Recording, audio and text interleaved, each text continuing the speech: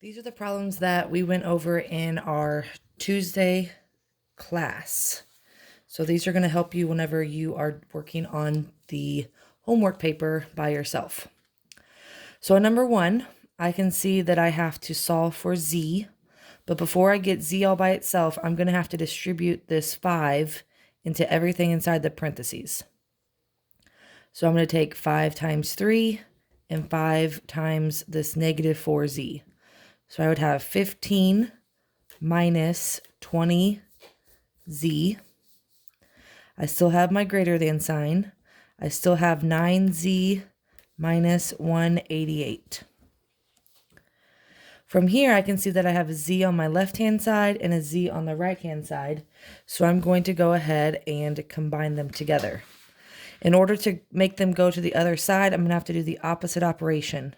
So I'm going to move this 20. So I'm going to add 20z and add 20z. So on the left-hand side of my inequality, I'm going to have 29z minus 188 is greater than or equal to 15.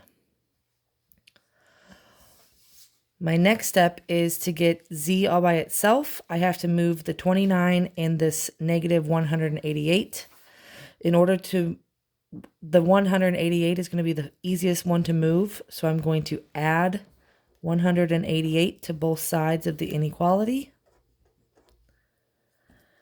So I would get 29z is greater than or equal to 15 plus 188, which is 203. And my final step, I know that 29 and z are being multiplied together, so I'm going to divide in order to do the opposite operation. So I'm going to divide that by 29. So I would have z is greater than or equal to 7. So when we briefly talked about this in class, when we have a sign that is a greater than or equal to, a less than or equal to, we're going to have a closed circle. If we have a greater than or less than sign, we're going to have an open circle. So with this symbol, I'm going to have a closed circle at 7. And this is saying that z is greater than or equal to 7. So I'm going to have all the numbers that are bigger than 7. All of those options would work in this situation. All right, let's do number 2. Number 2, I'm going to get k all by itself. So looking at my right-hand side, I can see that I have 2k plus 5k, and I combine them together. Since they're on the same side, that would be 7k. Then I would still have this 112. I'm going to divide by 7 on both sides in order to cancel out this 7. So I would take 112 divided by 7. I'm going to get 16. So 16 is greater than k. So I need to have a open circle at 16. And this is saying that 16 is the biggest out of all of the other numbers that k could be. So I could put 9 here. I could put 7 here. I could put -1 here. And 16 is going to be the biggest number out of all of these options. So all of these numbers have to be less than 16. So I'm going to shade to the left. All right, number 3. Number 3 looks like the most intimidating one, just because it's really, really long. But we just have to make sure that we go through our order of operations and solving steps. So looking at this problem, I see a set of parentheses with a number on the outside. So I'm going to distribute my 3 into both things. So I would take 3 times 4, and I would get 12. 3 times 5a would be 15a. And I still have that subtraction sign there.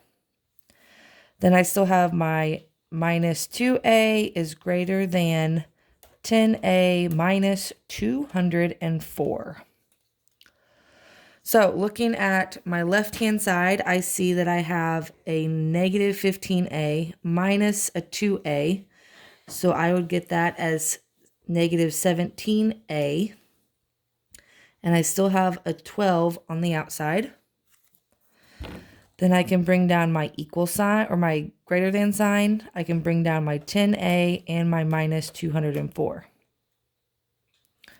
So from here, I can't do anything on each individual side. So now I'm going to have to combine them together. I'm going to move the 17a by adding 17 to both sides of the inequality. Remember how this is the left-hand side and the right-hand side still. So this is going to be 27a minus 204 on the right-hand side. And now I just have 12 on this other side. So my last step, my next to last step is I'm going to add 204 to cancel that out because that's the easiest one to move right now. So I'm going to add 204 on this side. So 12 plus 204 will be 216 is greater than 27a. If I take 216 divided by 27, that is going to equal 8. So looking at my symbol, I know that I have to have an open circle at 8. And then my A is all of the numbers that would be less than 8. So I could put 7, I could put 6, I could put 1, and 8 would be biggest out of all of these numbers, right? So that's why I'm going to represent that. I'm going to shade it to the left. Okay. And then the last one. Last one, I still have a set of parentheses that I'm going to multiply my number through. And then I'm going to take 2 times 4 and get 8. 2 times 3n would be 6n. And I still have a subtraction sign. And I have a less than or equal to sign. And I have 5n minus 91. My next step is to get my n's together, but notice how they're on both sides of the inequality. So I'm going to add 6n to both sides. So this would be 11n, and I have minus 91. I still bring down my sign, and now I have an 8.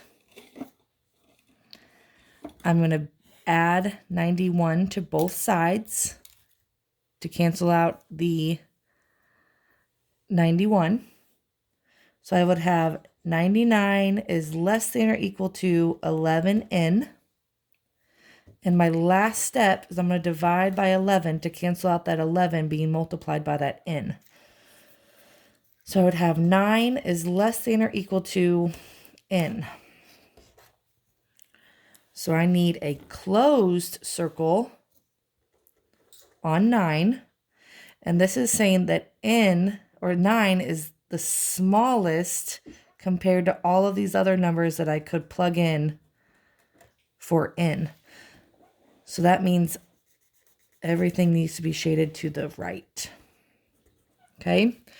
Last and final rule that you need to remember is that anytime that you multiply or divide by a negative number, we didn't have any examples of this on here, but if you multiply or divide by a negative number, you need to flip the sign. So if it's a greater than sign, you would have to flip it to a less than sign, and vice versa. Okay. So now you can work on your homework that is going to be due by Thursday at noon.